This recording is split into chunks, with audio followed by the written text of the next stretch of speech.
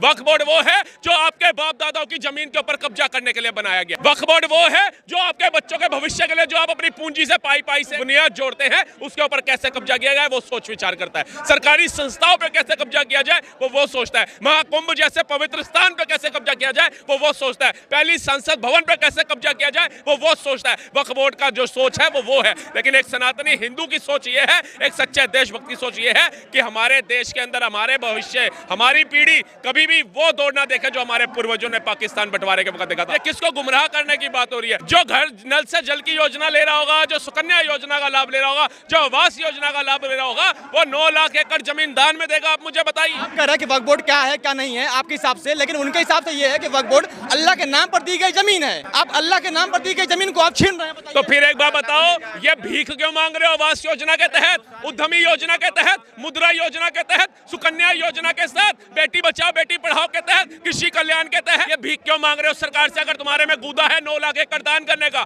औकात तुम्हारी 2 कौड़ी की नहीं है और बात 9 लाख एकड़ जमीन देने की करते हो तुम। मस्जिद है उस पर कब्जा करना चाहती है, मदरसे पे कब्जा करना चाहती है। मस्जिदें बनाई मंदिरों को तोड़ तोड़ कर, क्या कोई और जगह नहीं मिली हमारे मंदिरों को छोड़कर? ये शांति प्रिय देश है, ये सीरिया नहीं है, ये पाकिस्तान नहीं है। यहाँ देश की उन्नति आगे बढ़ रही है। हम पाकिस्तान की तरह भूखा नहीं मर रहे। देश की कुशलता सकुशलता देश की सरकार का समर्थन करके होता है, देश में न्यायप्रियता से होता है। चाहते हैं कि पूरे भारत को शाहीन बाग बनाया जाए, तो फिर गाजा भी बनेगा, शाहीन बाग होगा। तो ये ध्यान रखना, अगर शाहीन बाग बना तो गाजा पट्टी भी बनेगा। देख रहे हो ना वहाँ पर, जहाँ पे ये बैठे मिलेंगे और जहाँ ये कहेंगे ना शाहीन बाग बनाएंगे, उस जगह को शमशान बना दिया जाएगा। पूरे को लाश बनाकर एकदम गाड़ दिया जाएगा।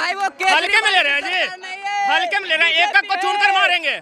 आने तो दो एक बार जमीन पे इन लोगों को, एक को चुनकर मारेंगे। लेकिन यहाँ पर जो हिंदू संगठन के लोग आए हैं वो बीजेपी के समर्थन में आए हैं और लगातार ऐलान कर रहे हैं कि वक्फ बोर्ड में संशोधन नहीं होना चाहिए, भू माफिया को ही समाप्त कर देना चाहिए। लोगों से बात करते हैं, जानने की कोशिश करते हैं कि इस प्रदर्शन का क्या उद्देश्य है और क्यों इस्लाम पर चोट पहुंचाने का कार्य कर रहे हैं। क्या नाम है? राहुल मेहता। क्यों भू माफिया वक्फ बोर्ड को आप समाप्त करना चाहते हैं? देखिए, देश की सबसे ज्यादा भूमि एक वक्फ बोर्ड के नाम पे कब्जा करके बैठी एक संस्था क्या कर रही है वो आप पहले तो ये बताइए।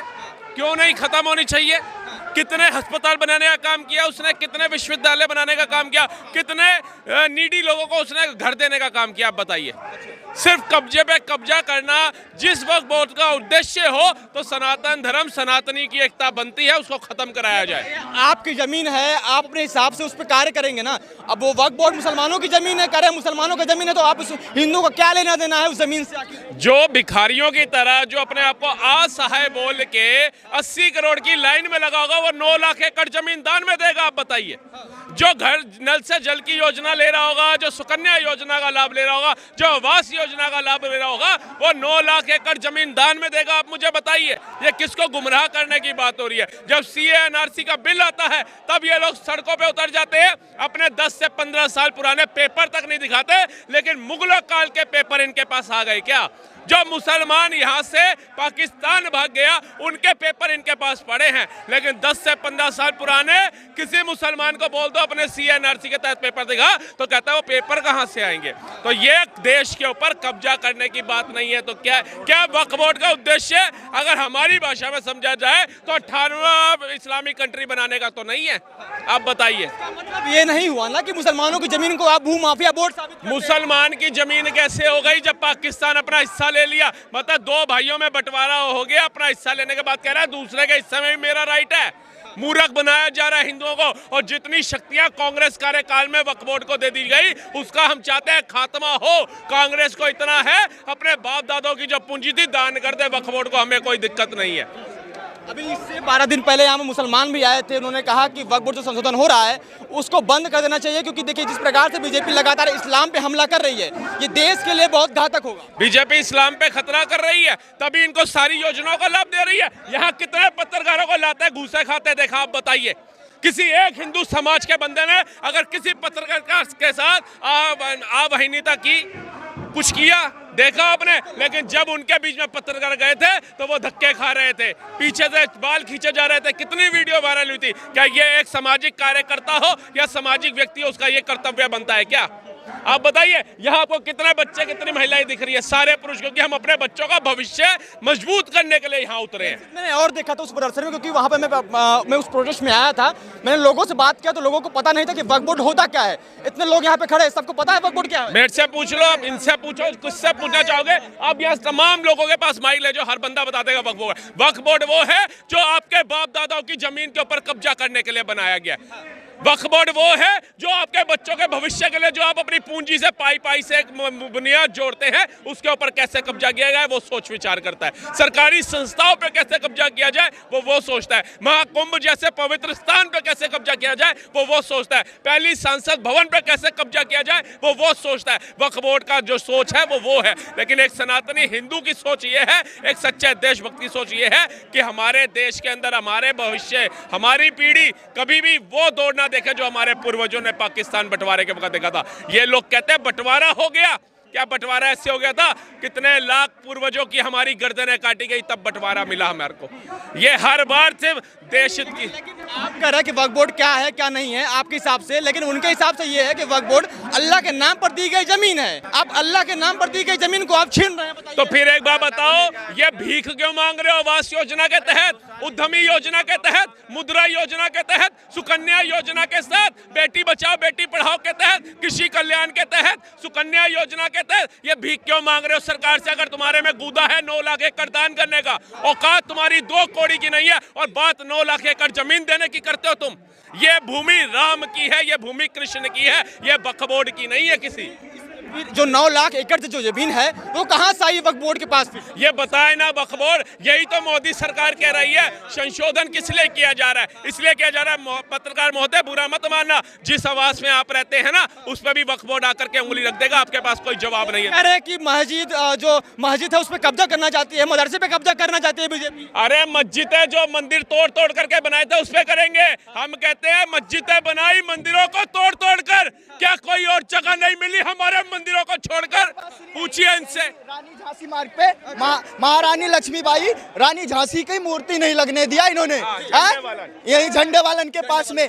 और मेरी बात सुनिए, वक्फ बोर्ड इन्हीं की, लेकिन एक मसला है, एक शर्त है। जैसे हमारे मंदिरों का पैसा सरकार को जाता है, सरकार मुसलमानों के दवा और प्रशिक्षण में लगाता है, लेकिन बनना इनको आतंकवादी है। मेरी बात सुनिए, वैसे ही अगर इस वक्फ बोर्ड पे सरकार का अधीन हो जाता है और मुसलमान मेंबर रख देते हैं तो ये कर ले, वक्फ बोर्ड पास कर, अपना समर्थन में हूँ मैं भी।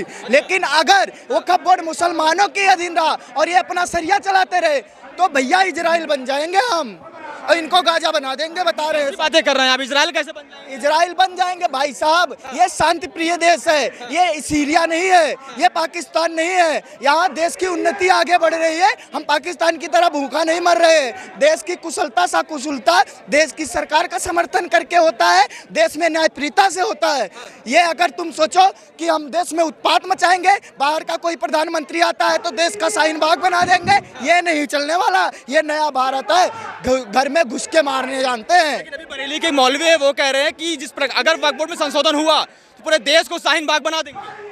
मौलवी से पूछो ए से जेड तक कितने अक्षर होते हैं। जिस दिन भारत के जो आधुनिक शिक्षा है उसके बारे में वो जान लेंगे, देश की आधुनिकता को आगे लेके जाएंगे। देश के ग्रोथ के बारे में पूछोगे एक सवाल, देश के न्यायप्रियता के बारे में पूछोगे एक सवाल, अगर वो बता देंगे तो हम उनको पूजनीय समझेंगे। लेकिन अगर अधूरा ज्ञान लेके सिर्फ सरिया की बात करेंगे तो हम कट्टर हिंदू सनातनी है, मोर बना देंगे भाई साहब। बताइए क्या चाहते हैं कि पूरे भारत को शाहीन बाग बनाया जाए? तो फिर गाजा भी बनेगा, शाहीन बाग होगा। तो ये ध्यान रखना, अगर शाहीन बाग बना तो गाजा पट्टी भी बनेगा। देख रहे हो ना वहाँ पर, जहाँ पे ये बैठे मिलेंगे और जहाँ ये कहेंगे ना शाहीन बाग बनाएंगे, उस जगह को शमशान बना दिया जाएगा, पूरे को लाश बनाकर एकदम गाड़ दिया जाएगा। भाई वो हल्के में ले रहे हैं जी, हल्के में ले रहे हैं। एक को चुन कर मारेंगे, आने तो दो एक बार जमीन पे इन लोगों को, एक को चुन कर मारेंगे। तो देश में दंगा प्रसाद का माहौल बना रहे हैं। अरे क्या बात कर, हमारा कुंभ लगा था, कुंभ को बोल दिया है कि ये वक्फ बोर्ड की जमीन है, ये राम मंदिर को भी बोल दिया वक्फ बोर्ड की जमीन है। अरे तो हम कहाँ जाए, हम बेवकूफ है क्या? और सुनो, देश की आजादी में बहे थे सबके खून, हम अनजान थोड़ी है। लेकिन जिनके अब्बाओं को दे दिया पाकिस्तान बांग्लादेश, अब उनके बाप का हिंदुस्तान थोड़ी है। सुनो, इनके पास नमाज पढ़ने का जमीन नहीं है, ये बोल रहे हैं कि राम मंदिर हमारे बाप के जमीन पे बना है। एक को फाड़ देंगे बीच। वक्फ बोर्ड सुहा की डालो, जैसे ओम भूर्भुवः स्वः तस्य वितुर्वरेण्यं नियम भर्गो देवस्य धीमहि धियो यो न प्रचोदयात् आहुति डालते हैं, अब वक्फ बोर्ड सुहा की आहुति एक और डाली जाएगी। इसे खत्म करने की मुहिम ये समस्त हिंदू समाज चलाएगा। बीजेपी 50 साल काम करे फिर भी वक्फ बोर्ड को समाप्त नहीं कर सकती। अरे ये तो धारा 370 पे भी बोल रहे थे, ये 3 तलाक पे भी बोल रहे थे, इनके बाप दादा आकर के बैठ गए थे, रोक लिया क्या? रोक लिया क्या? पूछिए इनसे। अब ये देखिए वक्फ बोर्ड खत्म होगा। देश में क्या सारे मुसलमानों के जो अधीन है अधिकार है सब छीने जाएंगे? कितने मुसलमानों के अधीन है? वक्फ बोर्ड ने क्या दिया मुसलमान को बताइए? कौन सा मुसलमान की औलाद पेंचर छाप के अलावा साइंटिस्ट बन गई कलाम साहब के बाद? बताइए कितने वक्फ बोर्ड ने विश्वविद्यालय बना दिए? हिंदू छोड़िए, ईसाई छोड़िए, सिख छोड़िए, मुसलमानों के बच्चे पढ़ ले। मदरसों के अलावा कुछ बनाया? और मदरसों में शोषण होता है इन बच्चों का जा करके, और क्या कराया जाता है बताइए? देश के लिए क्रिकेट खेलेंगे और मोहम्मद शमी बन के विकेट लेंगे तो योगी जी भी पुरस्कार देंगे, और ये अशफाक उल्लाह खां और कसाब बनेंगे तो इनका बम्बू कर देंगे, इनके पिछवाड़े में याद रखिए। आपने कहा कि जो पाकिस्तान मतलब कि जो पाकिस्तान ले लिए वो पाकिस्तान से ले जाए, लेकिन वो कह रहे हैं कि पाकिस्तान जो चले गए वो गद्दार थे, जो भारत में रह गए वही देशभक्त है। मेरी बात सुनो, कौन सा देशभक्ति का इन्होंने दिया? इनके घर में आतंकवादी छुपे रहते हैं, ये कब सरकार को जाके बताए? हमारे देश में NIA CBI हमारे देश का करोड़ों रुपया हमारे सुरक्षा में लगता है, वो पैसे अगर यही इस तरीके से प्रयोजन न करे, देश में विस्फोट न करवाएं तो देश में CBI की जरूरत है, इंटेलिजेंस ब्यूरो की जरूरत है? नहीं जरूरत पड़ेगी। मेरी बात और सुनिए, पाकिस्तान, बांग्लादेश और म्यांमार ये सब अखंड भारत में आता है, तो पूरे अखंड भारत की जमीन भारत की है भाई साहब, तो वक्फ बोर्ड कहाँ से आ गया? भारत के अलावा वक्फ बोर्ड है कहाँ पे ये भी तो बताओ। जब 1947 में देश का बंटवारा हुआ, जो मुसलमान यहाँ रह गया उसने कहा था मुझे वक्फ बोर्ड दो। क्या जरूरत थी पंडित जवाहरलाल नेहरू को वक्फ संशोधन करने की, वक्फ बिल लाने की? क्या जरूरत थी आप बताइए? कहा कि उस समय जो मुसलमान थे वो माइनॉरिटी में थे, उनके उत्थान के लिए वक्फ बोर्ड को बनाया गया था। कहा है कि उन्होंने कहा था? उन्होंने कहा था तो ये सब कांग्रेस की जो सोच थी ना वो आज जनता भुगत रही है भारत की। आप बताइए, माइनॉरिटी क्या शिक्षक कम थे? ये क्या बहुत से कम थे? क्या दलित SC ST सबको ले आए तो उनसे कम थे क्या? ये ईसाइयों से कम थे क्या? हर चीज में माइनॉरिटी यही थे, है माइनॉरिटी करके 2 देश ले लिए इन्होंने, माइनॉरिटी करके मदरसा ले लिया, माइनॉरिटी करके वक्फ बोर्ड ले लिया, माइनॉरिटी करके ये शरिया ले लिया, माइनॉरिटी करके पहले संसाधनों में पहला हक ले लिया, माइनॉरिटी करके मुस्लिम पर्सनल लॉ ले लिया, माइनॉरिटी करके 4 से 5% आरक्षण ले लिया इन लोगों ने, माइनॉरिटी करके सभी देश की योजनाओं का लाभ ले लिया इन्होंने, और आज भी कहते हैं हम माइनॉरिटी हैं, हम परेशान हैं, भारत में हमें प्रताड़ित किया जा रहा है। ऐसे दोगले मुसलमानों को लात मार के मायना मार भेज देना चाहिए।